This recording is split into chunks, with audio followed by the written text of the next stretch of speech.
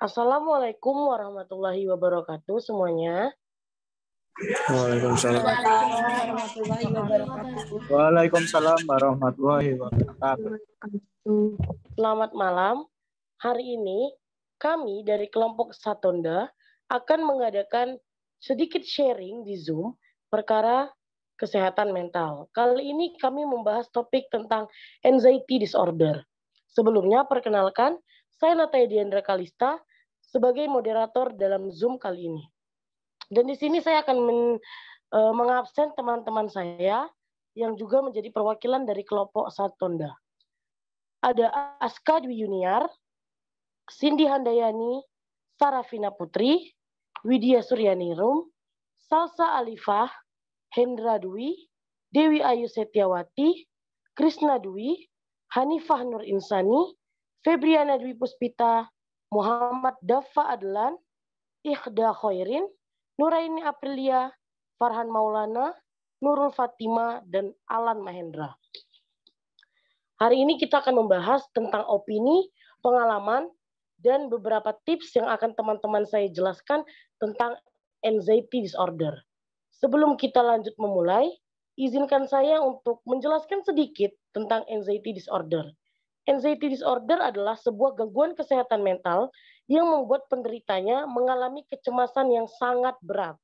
Nah, kecemasan ini tidak bisa kita anggap sepele, karena kecemasan ini membuat penderitanya kehilangan nafsu makan, kehilangan konsentrasi, kehilangan kesadaran, hingga yang terakhir membuat penderitanya terdorong untuk melakukan hal-hal ekstrim seperti bunuh diri. Nah, teman-teman, tanpa memperpanjang waktu, bagaimana kalau kita langsung sharing-sharing kepada teman-teman semua nih?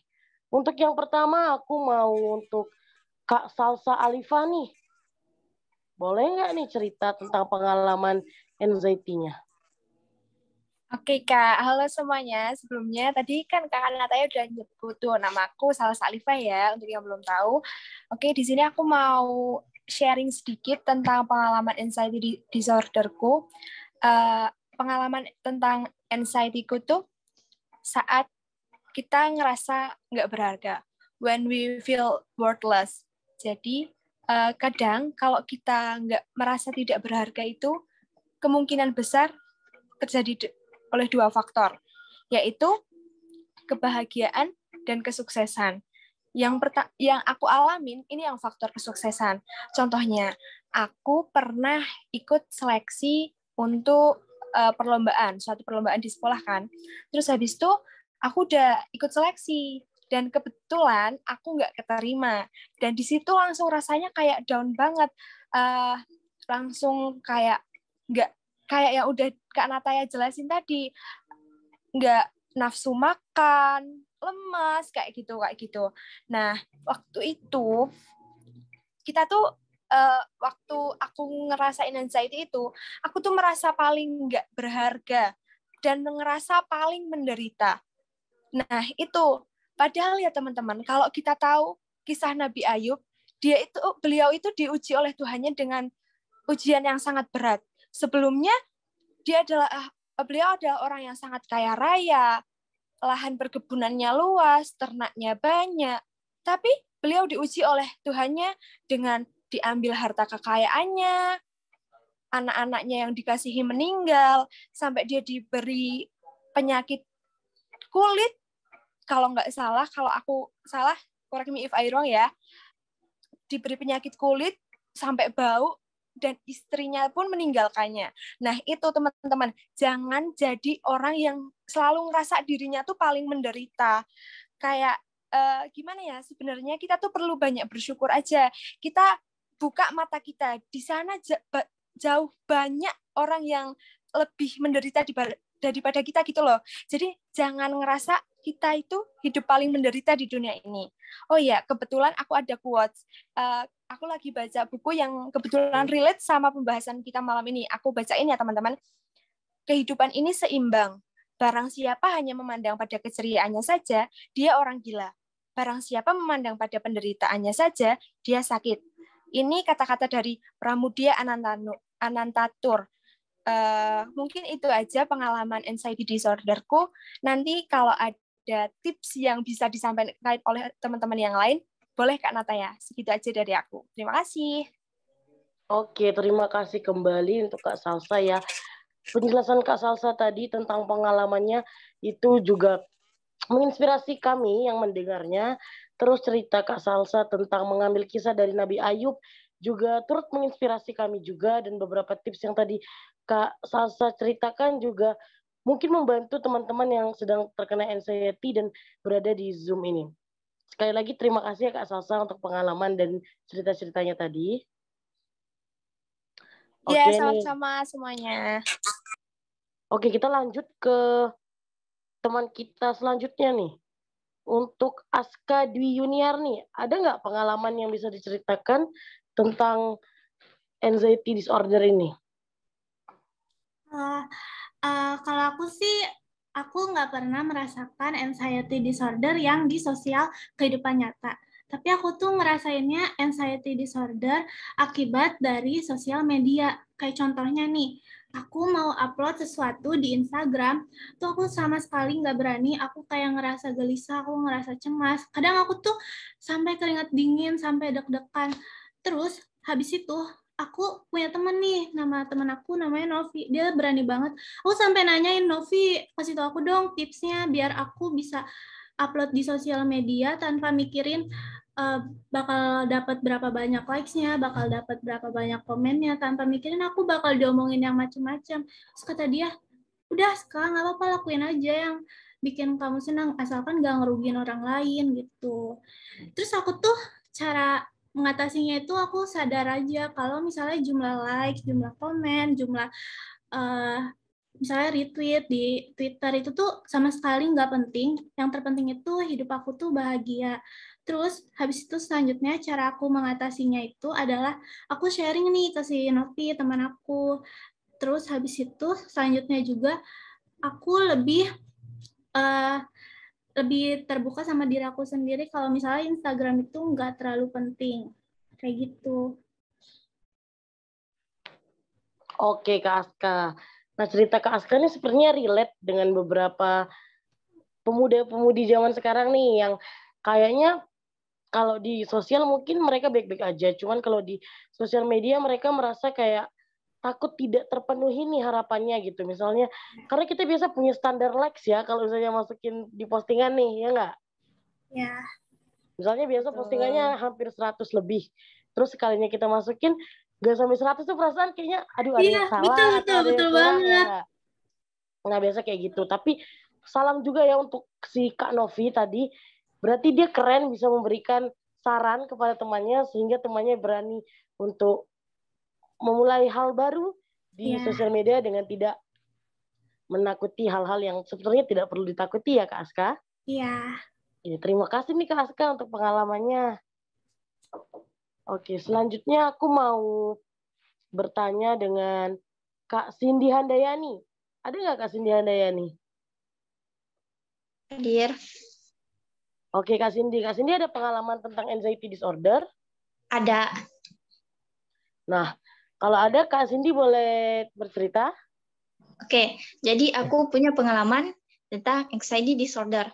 Aku nih orangnya yang nggak terbiasa di depan kamera, di depan umum, ataupun di tempat keramaian. Jadi respon tubuh aku tuh kalau di tempat keramaian itu jadi kayak khawatir, gugup, takut, sampai keringat dingin. Bahkan yang paling parahnya tuh gemeteran. Nah, cara aku menenangkan diri aku sendiri tuh dengan tarik nafas dalam-dalam, terus bicara dalam hati, yakinkan diri aku sendiri bahwa aku bisa lakuin yang terbaik. Itu aja sih kalau pengalaman aku. Oke, keren nih pengalaman dari Kak Cindy. Berarti Kak Cindy ini hebat karena bisa meyakinkan pada dirinya sendiri bahwa Kak Cindy itu bisa melewati masa-masa suramnya ini nih, ya kan? Karena Kak Cindy takut terhadap keramaian, tidak terbiasa. Akhirnya Kak Cindy berbicara pada diri sendiri bahwa sebenarnya itu kita bisa untuk melakukannya. Bukan begitu Kak Cindy? Ya, betul. Oke, terima kasih ya Kak Cindy untuk pengalamannya. Ya. Nah, untuk selanjutnya aku mau cari temen yang cowok nih. Kira-kira siapa ya? Untuk Mas Krisna Dwi. Ada nggak Mas Krisna Dwi? Ada. Mas Krisna ada pengalaman tentang anxiety? Ada. Oke, boleh cerita ya Mas? Ya mungkin pengalamanku tentang anxiety ini mungkin sudah dialami oleh banyak orang ya. Saat sedang menghadapi ujian, itu pasti akan merasakan kecemasan yang sangat amat banyak pastinya. Itu akan sangat mengganggu konsentrasi. Caraku untuk mengantisipasinya adalah dengan berdoa kepada Allah Subhanahu wa taala dan menarik nafas panjang dan bilang kepada diri sendiri bahwa diri sendiri pasti bisa untuk melewati ujian ini. Terima kasih.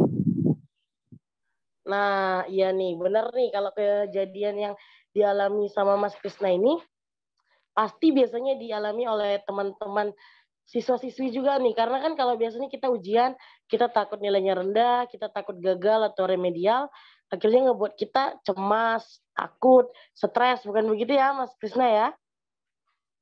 Iya, betul. Nah, akhirnya Mas Krisna punya jalannya sendiri nih dengan berdoa, dengan berbicara pada dirinya sendiri juga. Jadi keren Mas Arya bisa menemukan caranya. Terima kasih ya Mas Krisna. Sorry Mas Krisna. Iya, terima kasih kembali. Oke, kita lanjut ke sebentar nih. Kak Sarafina Putri. Ada Kak Sarafina? Iya, halo. Suaraku kedengeran nggak ya? Oh, dengar nih Kak Sarafina. Boleh cerita dong Kak Sarafina? Oh ya, terima kasih atas kesempatan dikasih. Sebelumnya aku mau ceritain pengalamanku. Mungkin sebenarnya mayoritas dari kita yang di Zoom ini ataupun di orang luar sana, mungkin pernah ngerasain yang aku alami itu maupun secara sadar maupun tidak sadar. Jadi waktu awal-awal kelas 12, sekitar bulan Juli sampai bulan Oktober, gitu kan, itu tuh aku tuh ngerasa takut banget, soalnya kayak di kelas 12 itu kan masih kan fokusnya itu kan nggak cuma ke pelajaran yang ada di sekolah, tapi kita juga mikirin tentang kayak ujian-ujian yang buat masuk ke kampus yang kita impikan gitu kan. Nah, di situ tuh masalahku itu karena aku belum ada nih nemuin jurusan yang cocok sama aku ataupun kayak yang kampus yang aku inginkan gitu kan. Terus tuh kayak setiap hari gitu kan merenung, kadang juga sampai nangis-nangis gitu kan. Terus kalau misalnya di rumah sendirian tuh kadang sampai kepikiran nih besok gimana ya gitu kan. Nah, terus gimana sih tips aku bisa keluar dari zona itu? Sebenarnya itu juga dukungan dari orang-orang di sekitarku gitu. Kalau bilangin masalah yang dihadapin sekarang itu semua orang tuh pasti pernah ngerasain gitu loh, tinggal masanya aja. Sekarang tuh emang giliran masamu yang ngerasain gitu kan. Jadi dia debit aja gitu, berani, jangan sampai takut sama apa yang kamu hadapi sekarang gitu. Itu aja sih dari aku. Iya, untuk Kak Sarafina. Terima kasih, keren. Berarti kita harus mencari lingkungan yang positif ya Kak, biar kita juga berpikir positif, tidak takut dengan hal-hal yang seharusnya tidak kita takuti gitu ya. Aku boleh nambahin nggak? Boleh, silakan. Boleh. Terus tadi kayak misal yang tadi siapa namanya salsa ya, bener ya. Tadi kan apa namanya kunci kita tuh yang penting kan bersyukur nih. Apa kan kadang kita kan juga ngerasa kalau masalah yang kita hadapin sekarang tuh misal masalah yang paling berat itu. Kadang tuh kalau tips, aku mau kasih tips aja Kak dari aku tuh biasanya aku suka jalan-jalan gitu kayak keliling-keliling aja gitu kan. Kita lihat-lihat aja gitu kondisi orang di sekitar kita. Pasti kita tuh kan juga bakal nemuin orang-orang yang belum seberuntung kita. Jadi biasanya aku lakuin itu untuk kayak ingat-ingat aja gitu. Ingat-ingat untuk bersyukur. Dah, aja ya. Terima kasih. Iya, terima kasih ya Kak Sarafina untuk pengalamannya dan cerita-cerita tentang tips mengatasinya. Oke deh, Kak Sarafina, terima kasih. Aku lanjut ke yang selanjutnya, ada yang laki-laki deh. Mas Dava Adlan. Ada Mas Dava Adlan? Ya, di sini. Mas Dava ada pengalaman anxiety disorder? Kalau aku sendiri belum pernah sih ngerasain anxiety yang sebenarnya gitu, penyakit yang anxiety gitu. Mungkin aku pernah ngerasain kecemasan saja kayak saat kita ingin nunggu giliran presentasi di sekolah gitu. Aku sering ngerasa gimana ya, deg-degan banget sampai pikirannya kemana-mana gitu. Nah, jadi aku punya tips buat ngilangin itu. Caranya kita atur pernafasan, kita tarik nafas dalam-dalam, senangkan pikiran, jangan terlalu banyak mikir gitu. Nah, sama berdoa sama Allah, semoga dilancarkan gitu. Sama yakin sama diri kita sendiri bahwa kita itu mampu gitu. Nah, seperti itu. Terus aku punya saran juga, kalau teman-teman semuanya punya penyakit anxiety disorder, aku saranin untuk ke psikolog, ke ahli ya, daripada kita pendam sendiri atau mungkin cerita sama teman yang teman kita nggak ahli kan dalam psikolog gitu. Mending kita ke ahlinya saja daripada dipendem, nanti bisa jadi bahaya. Nah gitu dari saya. Terima kasih. Iya, terima kasih kembali Mas Dava. Nah, tapi dari penyampaian Mas Dava tadi, untuk di endingnya Mas Dava bilang bahwa yang paling penting adalah pergi ke dokter. Nah, itu yang paling penting sekali. Kalau kita merasa anxiety, itu jangan kita pendam sendiri ya teman-teman, karena itu bisa membuat akhirnya menumpuk di hati, membuat stres, akhirnya malah berpikiran aneh-aneh, mau bunuh diri, mau mengakhiri hidup lah, pokoknya jadi yang enggak-enggak gitu. Lebih baik kita ke dokter, kita ke psikolog, kita berkonsultasi biar bisa mendapatkan jawaban yang benar menurut medis ya. Benar gitu Mas Dava? Betul sekali. Oke, terima kasih ya Mas Dava. Ya, sama-sama. Kita lanjut ke selanjutnya. Teman kita ada Mbak Widya Suryaningrum. Ada Mbaknya? Ya, halo. Oke, Mbak Widya ada pengalaman anxiety nggak? Iya, mungkin menurut saya ini bukan termasuk anxiety berbahaya ya, cuman gangguan panik atau cemas yang biasa. Jadi dulu itu waktu SMA ada guru yang paling galak di SMA saya. Nah, setiap mau pelajaran ibunya itu pasti pada cemas, pada khawatir lah, deg-degan gitu, takut kena marah. Nah, kenapa kok sampai deg-degan gitu teman-teman saya? Karena guru saya itu walaupun kami tidak melakukan kesalahan itu pasti kena marah. Apalagi kalau dikasih pertanyaan tapi jawabannya salah atau malah tidak bisa jawab, itu pasti kena marah. Dan juga kalau saat presentasi juga, kalau tidak lancar atau tidak sesuai dengan harapan beliau, nah itu malah tambah kena marahnya. Tapi menurut saya ini rasa cemas yang saya dan teman-teman saya rasakan ini malah membuat kami termotivasi ya untuk berusaha menampilkan yang terbaik. Jadi info aja buat teman-teman semua, anxiety ini tidak selalu berbahaya atau tidak selalu membawa hal yang buruk. Jadi anxiety ini juga dapat memotivasi atau memberi dorongan bagi kita untuk mengatasi tantangan atau situasi tertentu. Nah, tips dari saya sih untuk menghadapi situasi seperti yang pengalaman saya ini, selalu berpikir positif saja dan yakin pada diri sendiri kalau diri kita bisa memberi yang terbaik. Dan jangan lupa untuk selalu berdoa sebelum melakukan sesuatu agar selalu diberi kelancaran oleh Allah Subhanahu wa taala. Jadi udah sih, cukup itu dari saya Kak Nataya. Oke nih Mbak Widya, Kak Widya, terima kasih untuk pengalamannya. Tapi sebenarnya benar sih, kalau kita dulu sekolah terus ada guru killer, kita pasti takut untuk masuk pelajarannya karena mau salah atau enggak salah pasti kita dimarah. Bener ya Kak? Benar. Tapi pada dasarnya di akhir tadi Kakak bilang bahwa anxiety disorder tidak selamanya buruk, tetapi malah menjadi kita terpacu untuk menjadikan diri lebih baik, untuk melawan rasa-rasa cemas yang ada di tubuh kita. Begitu ya kan Kak? Iya, betul sekali. Oke, terima kasih ya Kak Widya untuk penjelasannya, ceritanya, dan tips-tipsnya. Sama-sama.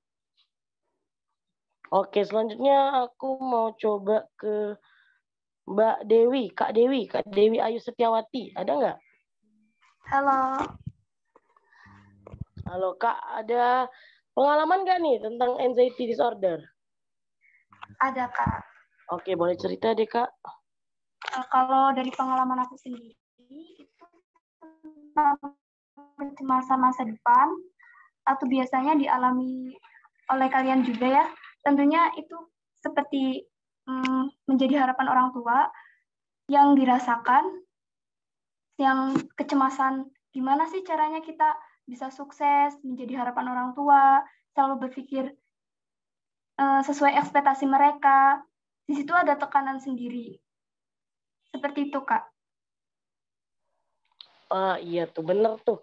Kalau misalnya kita jadi anak, pasti kita merasa menjadi beban orang tua ya. Bukan beban orang tua, maksudnya lebih kayak orang tua berharap kita jadi sukses. Dan kita punya rasa kecemasan kayak, bisa nggak kita sukses? Bisa nggak kita memenuhi ekspektasi orang tua kita? Begitu. Jadi memang mungkin ada rasa kecemasan. Tapi pasti kita punya cara untuk terlepas dari rasa cemas itu. Terima kasih ya Kak Dewi. Aku mau pindah deh ke Mas Hendra Dwi. Mas Hendra Dwi, ada nggak Mas Hendra? Ada di sini. Mas, ada cerita tentang anxiety disorder? Ada sedikit, ada. Oke, Mas, silakan ceritakan. Ya, oke. Jadi pengalaman saya mengenai anxiety disorder yaitu saya pernah mengalami ketakutan yang benar-benar takut, atau nama lainnya yaitu fobia. Fobia yang saya alami yaitu saya pernah benar-benar takut sama hewan yang namanya cacing. Nah, pada saat itu saya pernah mengalami kejadian itu. Saya lagi di sekolah, saya lagi makan di kantin. Terus ada teman saya itu, mungkin teman saya tahu kalau saya itu takut sama cacing. Terus habis itu teman saya ke situ nyamperin aku pas lagi mau makan di kantin. Dia bawa cacing itu gede. Terus pas itu ditunjukin sama saya. Terus habis itu aku mengalami ketakutan yang berlebihan sampai beberapa hari ya saya nggak doyan makan itu gara-gara kejadian itu. Nah, terus cara saya untuk mengatasi ketakutan yang berlebihan ini yaitu dengan saya tidak pernah mendekat jika kalau ada cacing, dan juga kalau ada barang atau benda yang menyerupai dia. Udah cukup sekian. Oke, terima kasih ya Mas Hendra. Tapi Mas Hendranya keren, bisa mendapatkan cara bagaimana agar kita bisa mengurangi rasa cemas dan rasa takut yang berlebihan seperti fobia tadi ya. Ya. Terima kasih ya. Oke. Selanjutnya kita mau ke Kak Hanifah Nur Insani. Ada nggak Kak Hanifah Nur Insani?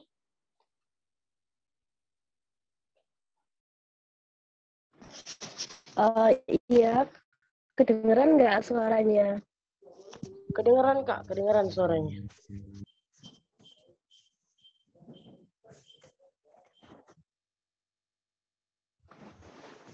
Oke, terima kasih ya Kak. Sebelumnya maaf tadi bolak-balik keluar. Ya, aku mau ceritain pengalamanku tentang anxiety. Jadi dulu itu waktu aku masih kecil, aku itu sering banget kayak dikucilkan gitu sama teman-teman. Sampai itu saat ini juga kayak masih kebawa trauma gitu. Kayak aku itu nggak diajak temenan deh sama mereka. Jadinya sampai sekarang itu masih cemas kayak gitu. Terus cara aku buat ngilangin rasa itu sampai di mana aku masuk organisasi di SMP. Terus akhirnya menemukan teman yang benar-benar pas banget sama aku. Dan akhirnya aku bisa keluar dari trauma itu. Terus juga kayak jangan terlalu circle-circlean gitu. Jadi itu sih sama mendekatkan diri kepada Allah. Oke Kak Hanifah. Segitu aja.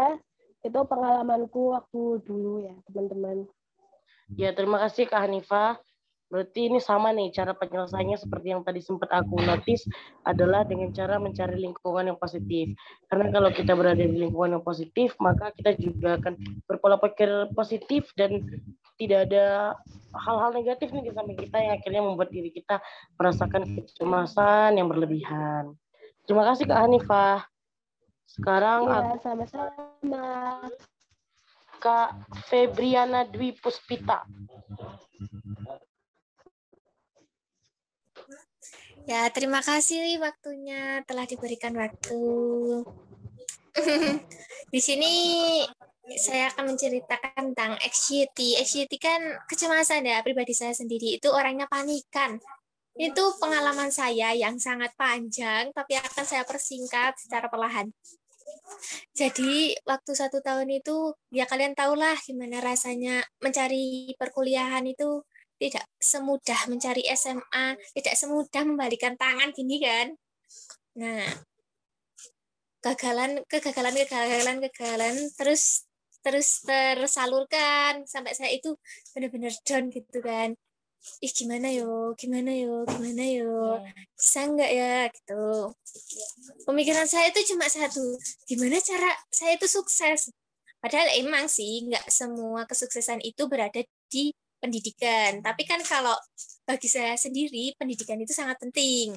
Nah, terus sampai saya itu mikirnya tuh nggak mau makan sampai 7 hari gitu tuh. Terus orang tua saya juga bingung. Ya udah, dibawalah saya ke suatu tempat dan di situ saya diberi nasihat. Intinya itu gini, cobaan yang saya alamin itu belum mampu dialami oleh orang lain dan saya juga belum mampu mengalami cobaan orang lain. Dari situ saya belajar, oh iya ya, semua permasalahan itu akan mendapatkan jawabannya, tidak mungkin memberatkan. Dan dari situ saya juga punya keyakinan bahwa suatu kegagalan akan tercapai kesuksesannya. Dan saya juga membuktikan 1 tahun saya dulu gap year, saya kan gap year kan, dan sekarang akhirnya saya mendapatkan universitas. Dari situ saya mengisi kegiatan saya dengan organisasi, dengan kegiatan yang positif, terus memperkuat ibadah saya gitu. Dan quotes bagi saya, kunci kebahagiaan itu cuma 3. Bersabar, bersyukur, dan ikhlas. Gitu aja sih sharing-sharing dari saya. Makasih. Oke, terima kasih nih Kak Febriana. Tadi ceritanya juga keren banget. Katanya tadi quotesnya yang aku dengar, katanya di setiap kegagalan itu pasti akan ada kesuksesan. Ya, benar. Adalah Kak Febriana, walaupun gap year, tapi sekarang sudah berhasil menjadi mahasiswa baru UNES. Selamat ya Kak. Ya, kalian juga semangat. Selamat juga. Iya. Oke deh Kak, terima kasih. Aku lanjut ke yang selanjutnya ya. Oke, kita lanjut ke yang selanjutnya itu ada Kak Ihda Khairin. Iya. Kak Ihda Khairin pernah merasakan anxiety disorder? Kalau aku belum pernah, alhamdulillah, merasakan anxiety disorder. Tapi orang-orang di sekelilingku, di saudaraku, ada yang pernah merasakan itu. Jadi aku pengen berbagi tips sedikit aja nih dari saudaraku yang pernah merasakan itu. Boleh ya? Boleh Kak, silahkan. Boleh banget. Pada intinya, anxiety disorder itu kan bagaimana kita menangani kecemasan yang ada dalam diri kita gitu kan. Jadi tips yang paling utama sih kita harus berpikir positif kalau sebenarnya apa yang kita pikirkan tidak terlalu penting juga gitu. Kita terlalu merasa cemas gitu. Jadi kita juga harus mengendalikan apa yang kita pikirkan, kita harus terus berpikir positif, atau mungkin bisa menjalankan rutinitas yang membuat kita lupa akan kecemasan kita gitu. Terus kita juga bisa menghindari hal-hal yang membuat kita cemas, itu juga bisa. Itu juga faktor dari begadang mungkin. Kan biasanya kita kalau malam-malam juga suka overthinking sendiri gitu karena lagi diem tiba-tiba mikirin sesuatu yang sebenarnya nggak terlalu penting gitu tuh. Jadi kurang-kurangilah begadang. Toh begadang juga kurang sehat gitu kan buat diri kita. Jadi ya seputar itu, dan tips-tips dari tips-tips yang lain juga sama kayak teman-teman sebelumnya gitu. Jadi cukup itu yang aku mau sampaikan aja sih, Kak. Oke, terima kasih nih Kak Ida untuk tipsnya untuk teman-teman yang mungkin menghadapi anxiety disorder. Jadi untuk teman-teman yang mengalami anxiety disorder bisa diterapkan nih tips-tips dari Kak Ida. Terima kasih Kak Ida. Oke, kita lanjut selanjutnya ke Mas Alan Mahendra. Ada Mas Alan? Ya, ada. Baiklah, selamat malam. Di sini pengalaman aku sendiri atau anxiety disorder ini semasa aku SMA kelas 10 tentang bullying. Aku sendiri ya, tentang bullying ya, tentang bullyingku. Aku dibully karena mukaku berjerawat waktu itu, waktu SMA kelas 10.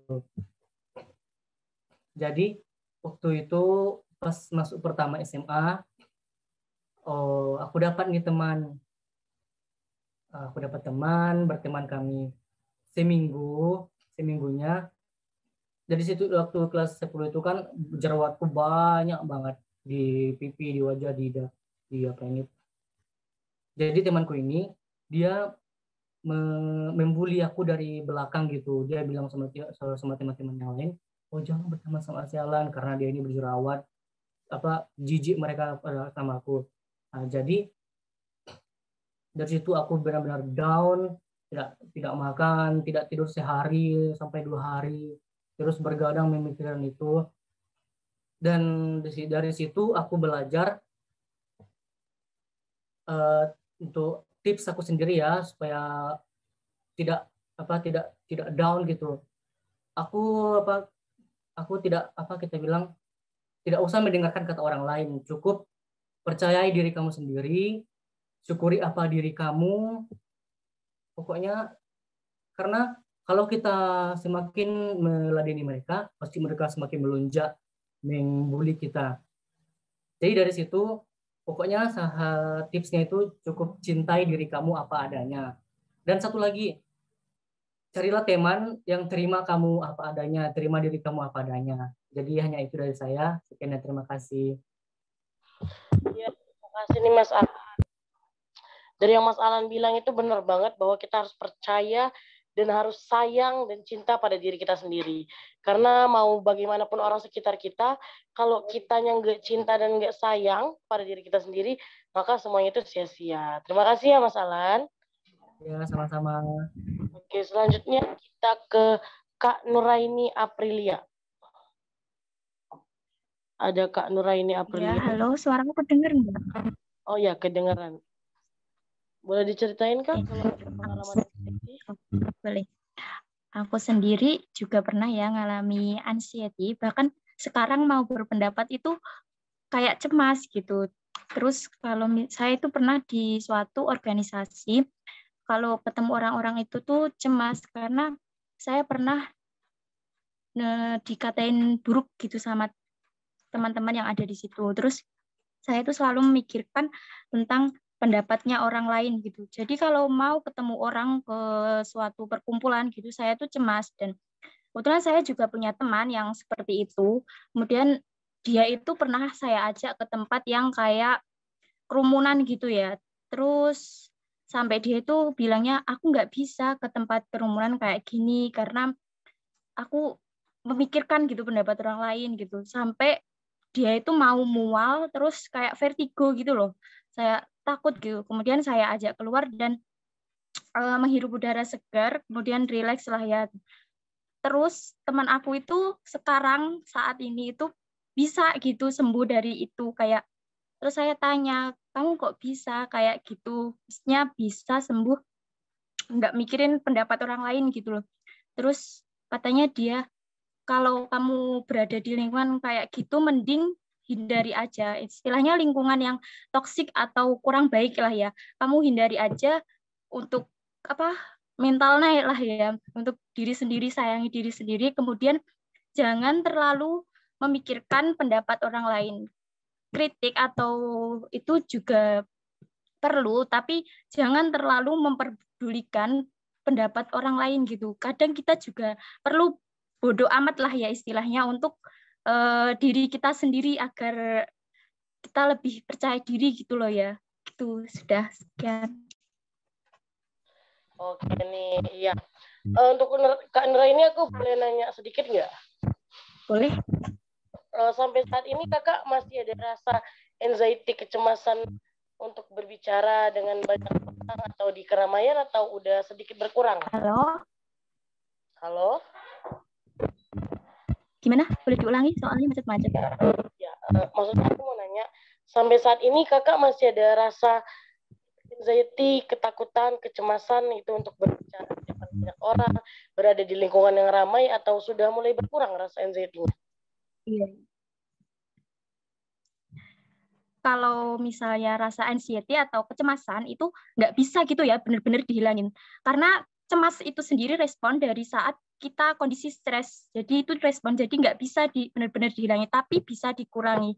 Saat ini saya masih sedikit anxiety, tapi kayak saya memikirkan pendapat teman saya kalau lebih baik kalau bertemu kayak circle yang kurang baik lah ya, istilahnya toxic gitu, lebih baik nggak usah diikuti dan pergi saja dan nggak usah memperdulikan pendapat orang lain. Nanti juga lama-lama berkurang sendiri. Dan sekarang saya sudah bisa bicara. Buktinya sekarang saya bisa bicara, padahal ini masih cemas.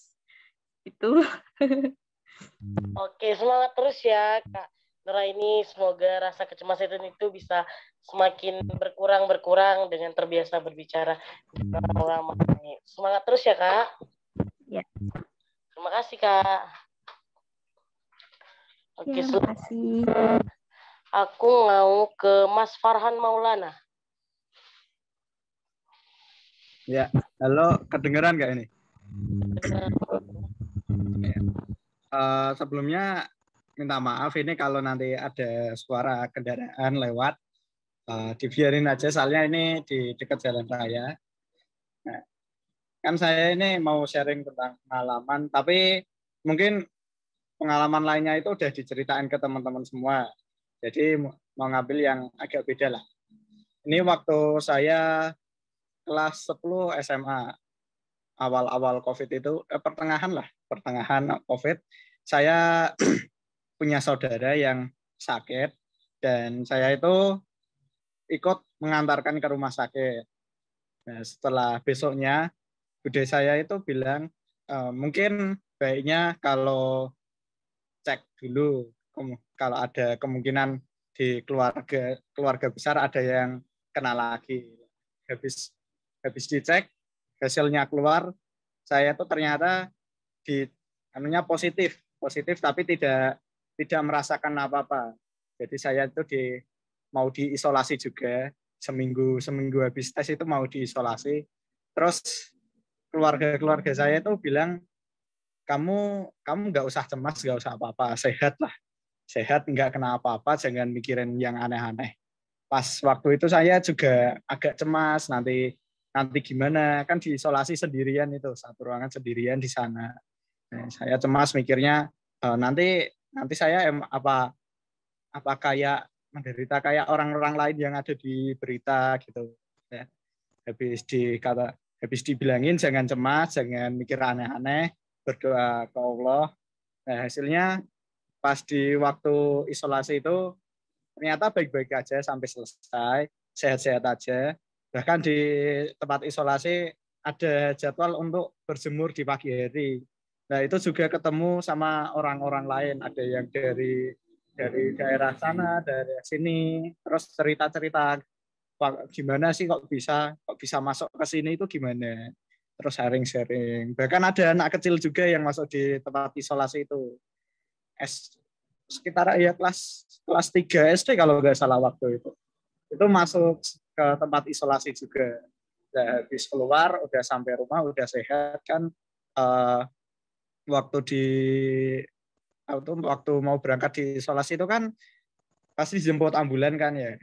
Terus pas waktu pulang itu aku mikir lagi, ini pandangan tetangga terhadap sini itu gimana? Soalnya kan waktu itu lagi was-wasnya orang kalau ada yang kena nanti pasti kayak dijauhi, soalnya kan ini penyakitnya baru hitungannya. Nah, itu terus habis itu ibuku bilang udah santai aja, nanti bilang ke ke Pak Ustadznya di sana, soalnya dekat masjid juga. Terus waktu di sana bilangin kalau saya itu udah sehat, satu keluarga udah sehat, tidak kenapa-kenapa. Nah, waktu dibilangin udah selesai, ya akhirnya normal lagi. Nggak ada kecemasan antara keluarga saya sama tetangga. Ya, jadi untuk teman-teman semua kalau semisal terkena penyakit atau sakit gitu, jangan mikir yang aneh-aneh, mikir saja kalau tubuhnya itu sehat, jangan mikir yang negatif. Nanti kalau negatif itu kan malah juga mempengaruhi antibiotik tubuh, jadi ya malah tubuh nanti jadi tambah sakit juga. Terus juga tambah doanya kepada Allah. Mungkin dari saya itu aja pengalamannya. Sekian, terima kasih. Oke, terima kasih Farhan untuk pengalamannya. Kalau dari aku lihat nih dari cerita Mas Farhan, untuk upaya penyelesaian ini ada berada di lingkungan positif ya, karena keluarga Mas Farhan juga mendukung untuk Mas Farhan berpikir positif. Lalu yang kedua selalu berpikir positif, dan yang ketiga berdoa kepada Allah.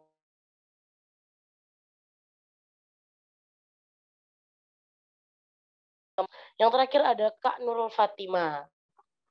Untuk Kak Nurul Fatima, apakah masih berada di? Ya, masih. Oke, Kak Nurul, apakah punya sebuah pengalaman? Sih, Mas, biasa kondisi di mana aku tuh gemeteran yang bener-bener nggak bisa aku lupain sih waktu itu. Panik, juga keringet dingin. Waktu itu juga tuh waktu ujian. Nah, waktu ujian kan kalau gemeteran temen tuh nggak sadar, soalnya orang-orang tuh pada fokus pada ujian, jadi ya harus ngatasin itu sendiri toh. Nah, cara ngatasinnya itu aku tuh mikirin hal yang bikin aku tenang. Misalnya tuh aku kalau tenang tuh mikirin tentang laut, karena laut tuh ya buat aku tenang. Nah, habis itu aku juga minum air putih juga biar nggak dak-dikduk lagi kan. Nah, kalau ya itu aja sih dari aku. Ngatasin, kalau kita tuh bisa ngatasin itu tuh ya dari diri kita sendiri, kalau nggak dari diri kita sendiri ya siapa lagi, ya gitu aja sih. Oke, terima kasih nih Kak Nurul. Tadi aku dengar bahwa kalau di Mas memikirkan hal senang, salah satunya adalah laut. Terima kasih ya Kak Nurul pengalamannya. Oke teman-teman semua. Nah, kita sebenarnya sudah berada di penghujung acara nih. Tapi sebelum aku tutup, aku mau cerita juga bahwa aku itu pernah merasakan namanya anxiety disorder. Jadi dulu waktu SD, SMP, dan SMA, aku itu punya rasa ketakutan dan kecemasan yang sangat berlebihan kalau sudah waktunya mendekati pengumuman pembagian rapor. Nah, itu tuh benar-benar mengganggu banget karena aku kehilangan nafsu makan, aku bisa nggak tidur, insomnia, dan bahkan aku punya rasa ingin mengakhiri hidup karena aku nggak mau tahu apa hasil ulanganku. Padahal itu sebenarnya nggak bagus dan nggak baik. Tetapi pada akhirnya seperti yang tadi teman-teman sudah ceritakan juga, beberapa tipsnya adalah dengan menenangkan diri, terus juga dengan berdoa, bersyukur, berada di lingkungan yang positif, dan selalu berpikir positif. Akhirnya lama-kelamaan berkurang tuh aku punya anxiety disorder. akan ketakutan-ketakutan seperti itu. Walaupun sampai sekarang sih kayak mau masuk kuliah tuh masih ada tuh rasa-rasa takut, nggak nafsu makan, nah kayak gitu. Nah, sebelum tutup aku juga mau baca resume untuk pertemuan Zoom kelompok Satunda malam ini. Nah, dari Zoom kita hari ini yang bisa aku dapat adalah kalau anxiety disorder ini adalah bukan sesuatu hal yang bisa disepelekan karena memang memiliki dampak yang cukup berat juga, cukup menakutkan kalau sampai ekstrim bunuh diri gitu misalnya. Dan juga dari tips dan trik yang sudah diberikan sama teman-temanku tadi, pertama ada pergi ke dokter, ke psikolog, lalu ada banyak bersyukur, sharing ke orang terdekat, bicara pada diri sendiri, berdoa kepada Tuhan, berada di lingkungan yang positif, bernafas dan berpikir dengan tenang dan lega, menghindari hal yang membuat kita cemas, percaya pada diri sendiri, dan memikirkan hal yang membuat kita tenang. Nah, untuk teman-teman boleh aku minta untuk unmute dulu nggak? Sebelum menutup, aku mau ajak teman-teman untuk Oke, siap. Siap. Dengar ya?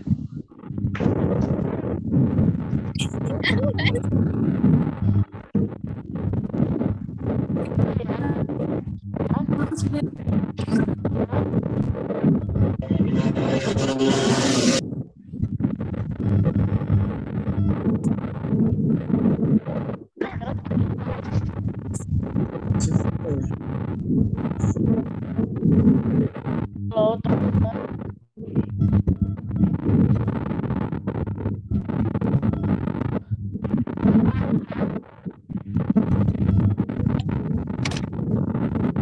Aku ulangi, jadi kamu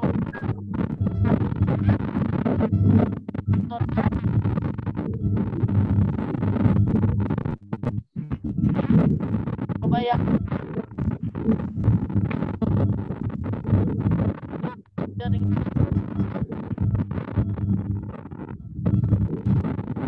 Boleh dong aku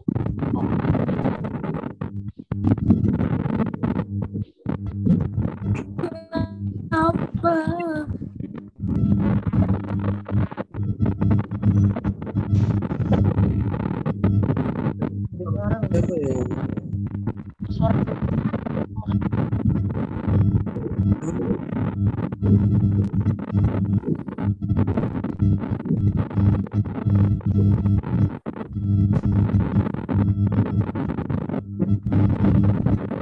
Dengannya pada gangguan. Ya, namanya di YouTube.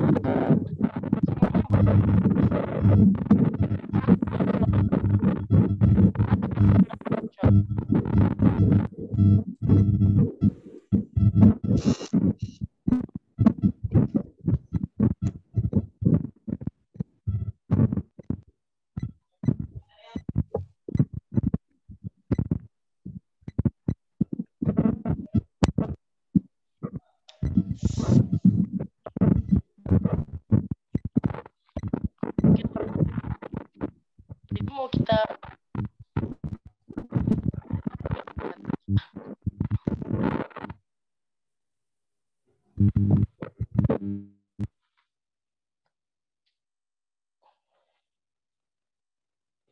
Oke teman-teman, kalau udah ada yang bisa dengar suaraku, Bisa. Aman. Bisa. Mau kita ulang ininya apa jargon kita? Boleh. Oke, jadi jawabnya Satunda. Oke.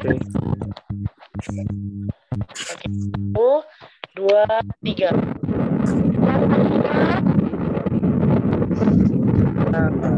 Bisa.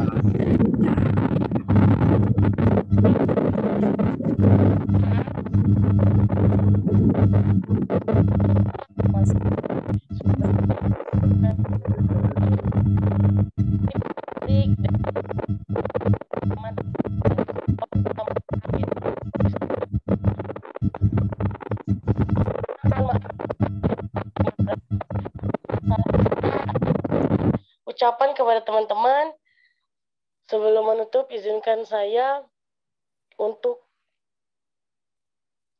membacakan satu bait pantun. Nggak apa-apa ya teman-teman? Boleh. Boleh. Jalan-jalan membeli bantal bermasa. Kita jaga kesehatan mental bersama Satan pasti bisa. Oke teman-teman. Selamat malam. Bye-bye. Salam warahmatullahi wabarakatuh. Terima kasih.